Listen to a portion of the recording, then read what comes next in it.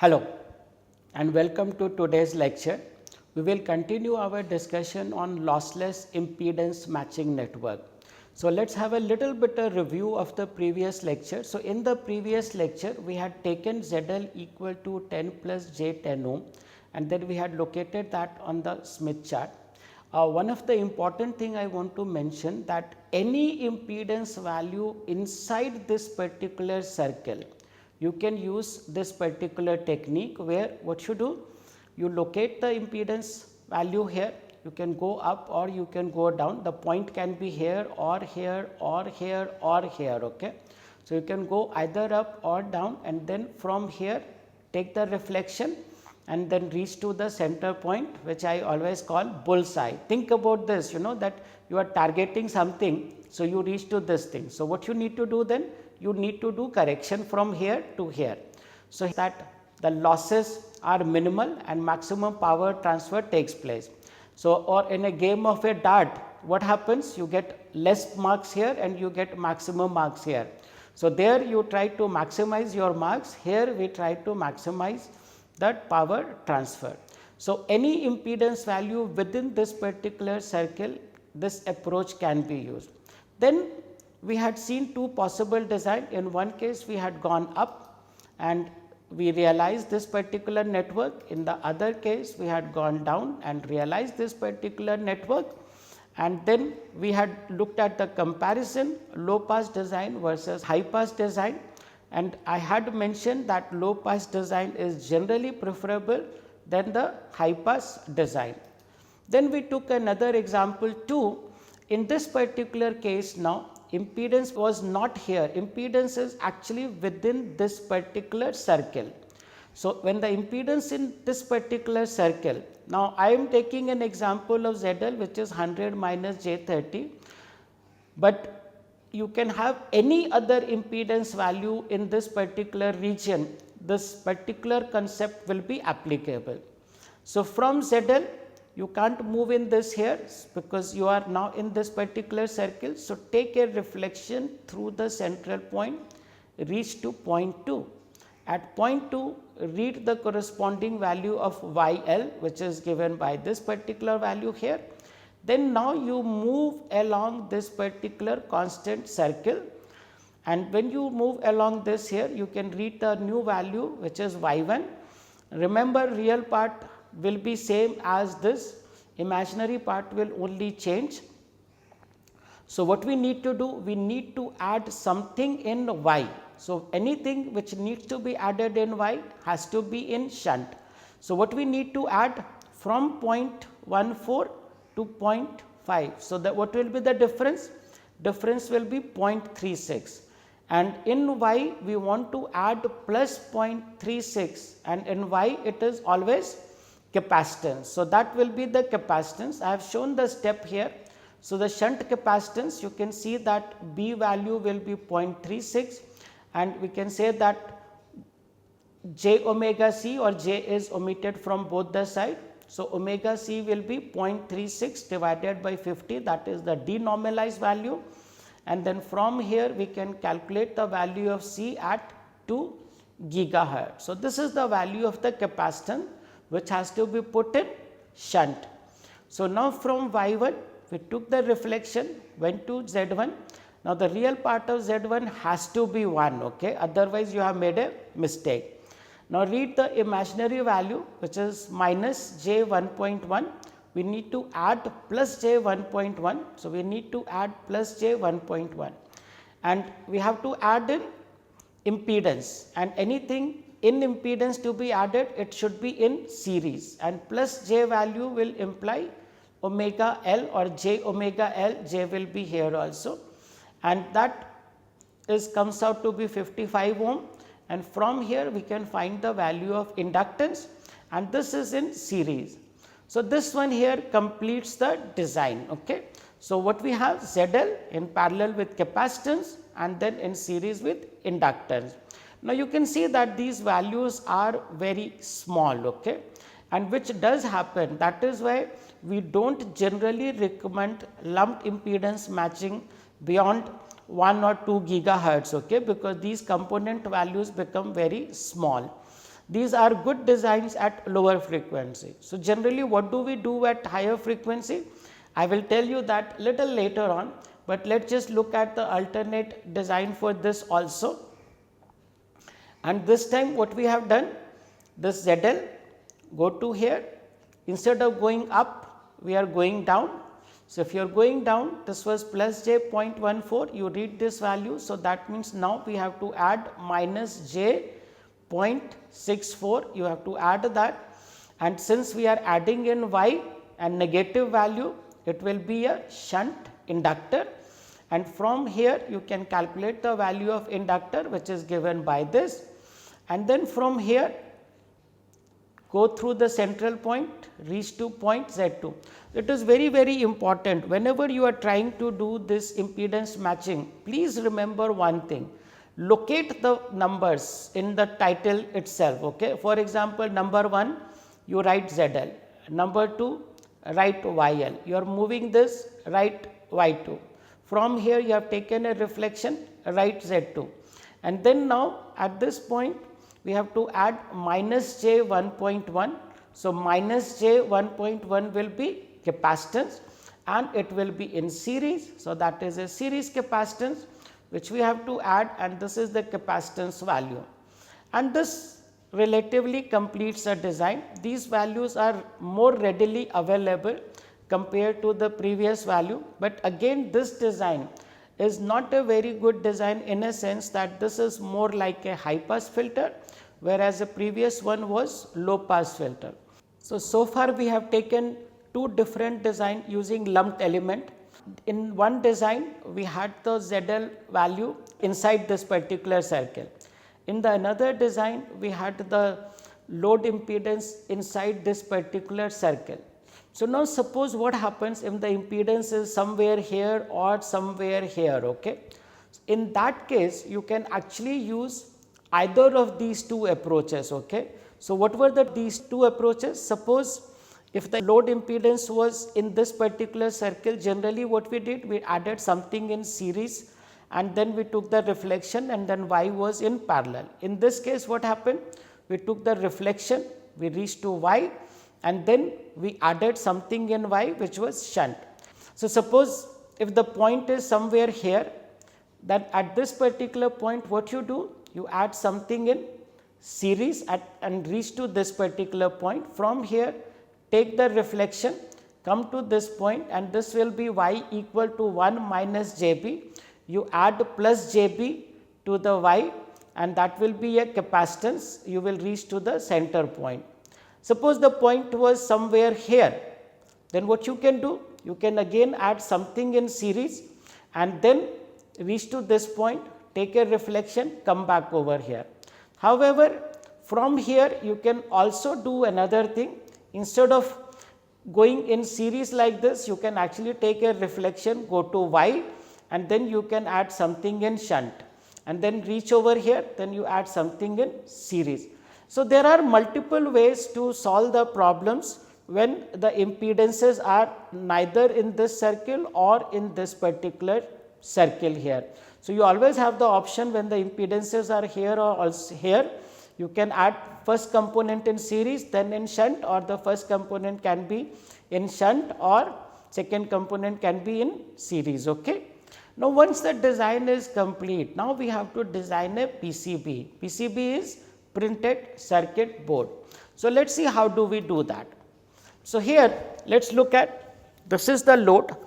So, from the load we have to add a, let us say, a chip inductor. This is the previous design, this is that low pass filter design, but it can be chip capacitor, this can be chip inductor depending upon whatever the case may be. So, now we are going to add a chip inductor. So, this is what is the PCB layout. That is an amplifier. In fact, it can be part of the same PCB. After the amplifier has been designed, you actually use the same substrate. So, what we need to do? Generally, this is used as a 50 ohm line. So, you calculate 50 ohm line width corresponding to whatever the substrate you have taken, and I have given you the formula for microstrip line. So, because this is 50 ohms, it is better to use this 50 ohm. So, this width will be same, and now we put the chip inductor, and now we have to put a chip capacitor here. Now, grounding in the microstrip line, as I had told you, you can use a PTH, which is known as plated through hole. But however, if you see, I have not just used a single PTH, I have used multiple PTH over here. So, what is the reason for putting multiple PTH or plated through hole? Now, just to tell you, so what are we doing? Suppose if you use only one particular PTH, okay, instead of using 6 shown over here. If you use only one, so what will happen? Let us say this is the upper part of the substrate and the lower part of the substrate is all ground, and basically this capacitor is to be grounded. So, what you do? You put a plated through hole, and through this hole what happens, and what is the plated through hole technology? Basically, you can give it to the PCB manufacturer who will fabricate PCB for you, and you actually have to put the plated through hole. So, basically in that hole the copper is actually speaking put around that. So, the top connection is connection to the ground connection, but now there is a certain height of the substrate. So, this particular single hole actually speaking adds a inductance from this point to the ground point. Okay. So, in reality, if you put only one, what the circuit will see, a chip capacitor in series with the inductor from here to the ground. And I just want to tell you that this inductor can be of the order of 0.5 nanohenry to 1 nanohenry, and at very high frequency that can be very detrimental in the design. So, what we have done here by putting 6 of these, so what happened? So, from here to ground there will be one inductor, this will have another inductor and all that. So, we have now 6 inductors in parallel, and inductors in parallel, their inductor value will reduce, and if the inductor value reduces, Z equal to j omega will reduce, and that will be closer to the short circuit. Now, these chip components, whether it is a chip resistor or chip inductor capacitor, they come in different sizes. Okay. So, you will actually see that many a times you will see it says 0402 or 0603, 0805, 1206 and so on. Now, these are basically not like a normal resistor or a normal inductor you would have seen. A normal resistor, if you see, that is, a resistor is like this and there are 2 leads are there, or inductor you would have seen a inductor which is wrapped around. Those are very large inductor values. Here we need very small values of inductors and capacitors, and they are available in the form of the chip.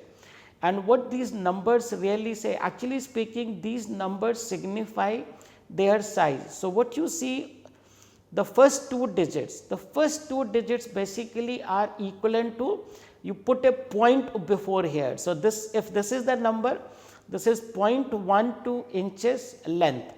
If this is the number, 0.04 inches is the length.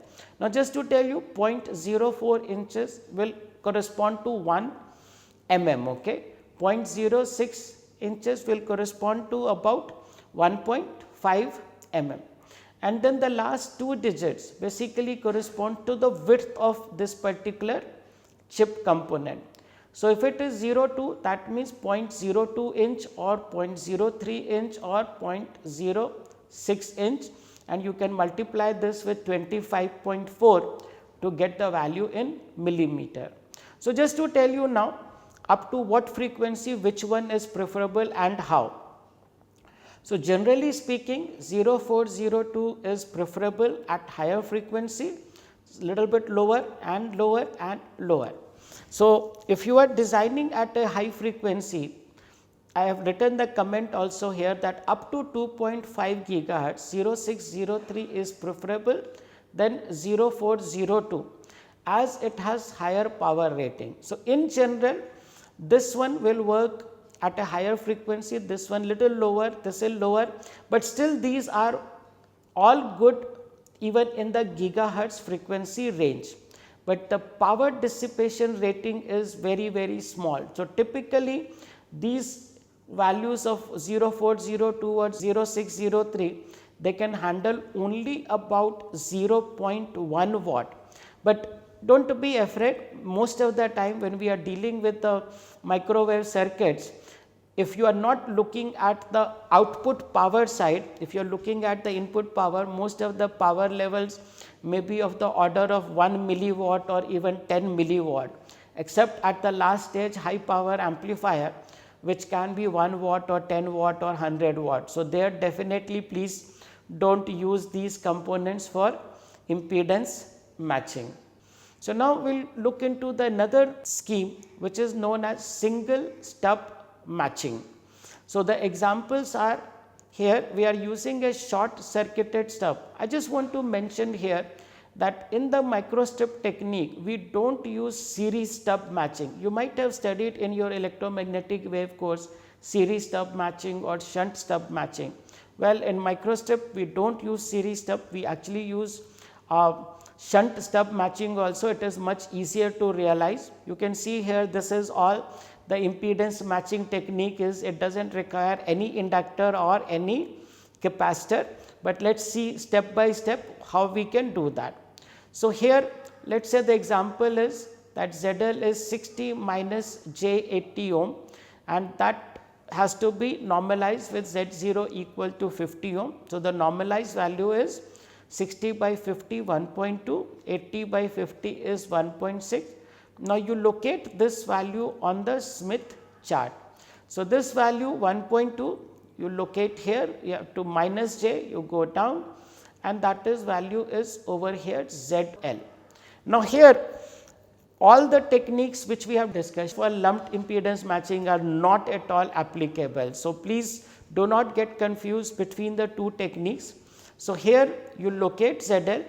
Now, take this as a center point and this as here radius, you draw this particular circle. Okay.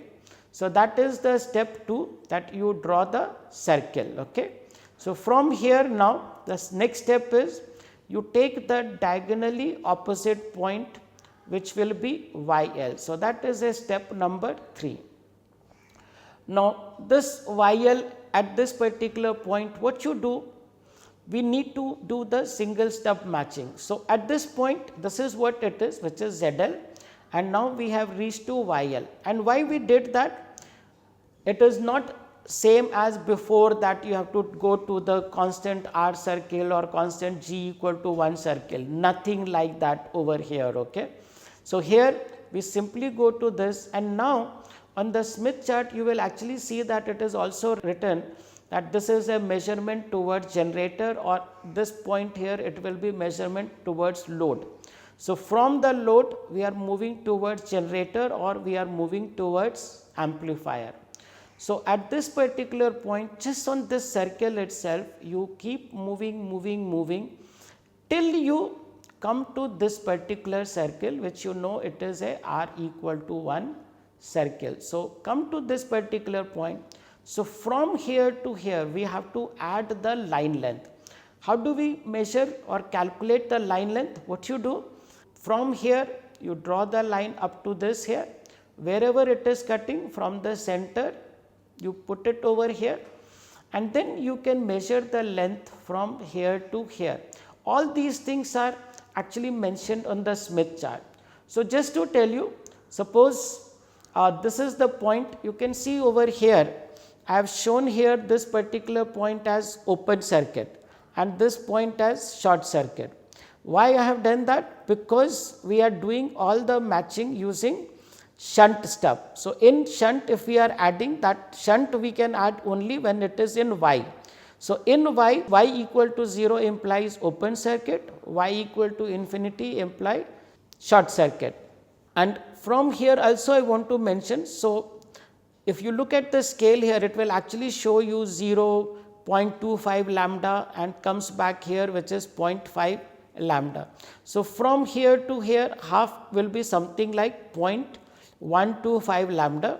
So, this you can just see, read this value, take the difference, and that comes out to be L1 equal to 0.1126 lambda.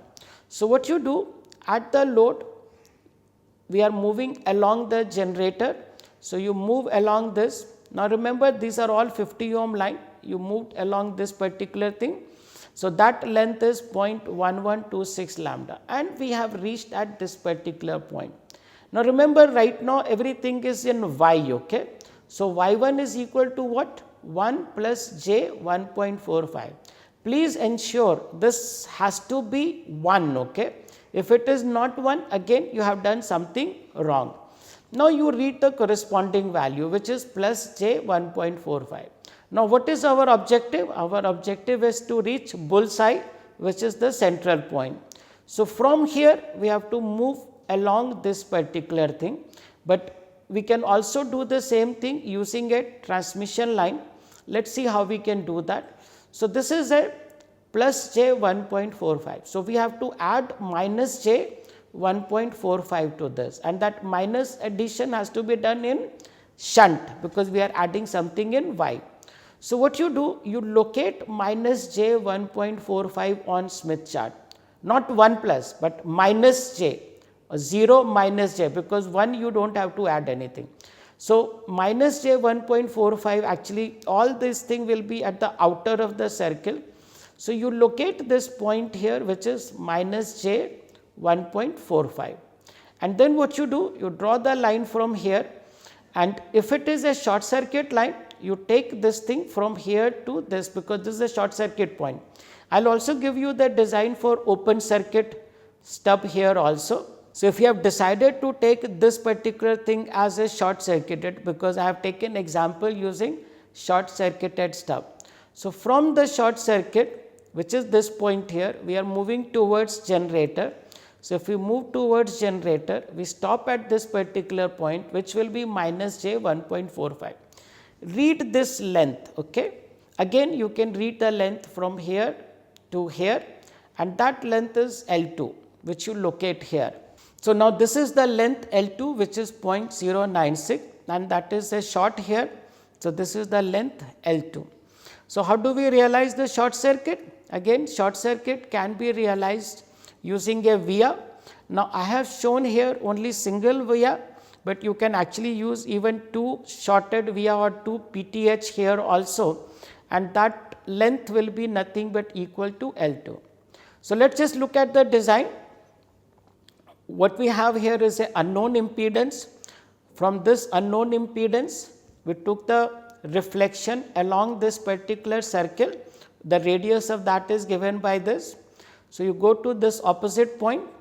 So, till now we have reached from 1 to 2 to 3, then from YL you move along the same circle till you reach this particular circle, read the value of Y1 which is this, and by doing this particular thing from here we have come to this particular point here.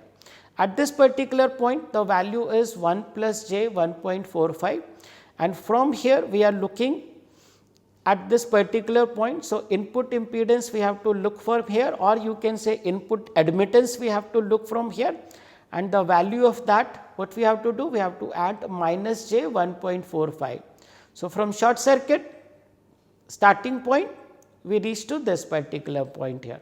So, that basically completes the design. Okay. Now, we will take another example of this whole thing, except that instead of a short circuited line, this time we will take the open circuited line, and then we will also look at what are the variations possible. So, let us just take example using open circuited. I have taken exactly the same problem. So, ZL is same as before, Z0 same, normalize 1.2 minus j 1.6. So, let us see the stepwise, they are very similar step. So, this part also looks very similar. So, ZL locate on the Smith chart using this particular distance as a radius, draw the circle which is step 2, then take the diagonal point which is 3, the YL. From YL you move along this, you reach to Y1. Now, till this point this everything is same as in the previous case. So, there is a no change at all. Okay. But now the change is that we have to add, what we have to add? We have to add at this particular point minus j 1.45. So, you locate minus j 1.45 as before, but now we have a open circuited stub. Where is the open circuited stub point? This is the open circuit point. Okay. So, from here do not move in this direction, okay, because this is a movement towards load. We have to move towards generator. So, from here you actually move along this and this and this, and this length comes out to be 0.346 lambda. Okay. So, by putting this particular thing here, the design is actually complete. Okay. So, you might now wonder that which one to be used when. In fact, for this particular design, I do not recommend this particular solution. It is better to use shorted stub. Why? The reason for that is that this length is very large. This is now 0.346 lambda. In the previous case, that length was 0.25 lambda smaller. So, depending upon, you should always see what is the problem, and accordingly you choose the solution. So, the better solution, instead of using an open circuited stub, it is better to use short circuited stub, because the length of that short circuited stub will be 0.25 lambda smaller than this over here. Let us take a different example. Instead of ZL over here, suppose if the ZL was somewhere here, okay, then what will you do? Okay. So, let us just look into this thing. So, ZL is here instead of here. Okay. So, we locate the ZL over here, then what we do? We draw the circle like this, it will be little bigger circle now. So, from there ZL, you are going to take a diagonal opposite point, and that will be over here at this particular point. So, now from here you have to move in this direction, okay, because you have to move towards the generator design. So, from here you move till you cross this circle. So, you do not have to go all the way to cross at this point. Even crossing at this particular point is actually acceptable. Anywhere on this circle you cross. So, from here we moved along that circle only, we reached to this particular point. Now, again everything is y. So, we can say that y2 will be 1, and now the value will be minus. So, this will be 1 minus JB, let us say, where B is the corresponding imaginary part. So, this is 1 minus JB. So, you locate plus JB on the Smith chart. So, plus JB on the Smith chart will be somewhere here. So, now plus JB we have to add. Okay. So, now you have to see which one is a better thing. It is better that you start from open circuit, because you have to move to this point. So, this length will be relatively shorter compared to if you take a short circuit stub, then you will have to move all the way around. So, for this particular problem, where let us say ZL is somewhere here, then reach to this point, move over here, stop at this point, read the value, locate the point over here, and then you can use open circuit stub. So, for this particular problem, this is not a good solution, because it uses a larger length. A short circuited thing is better option, but the design which I just showed you, that would be better for a open circuit stub, because that will use a smaller length. In the last few lectures, we talked about various lossless impedance matching network using Smith chart. Using lumped elements, we talked about two configurations. One was low pass network, another one was high pass network.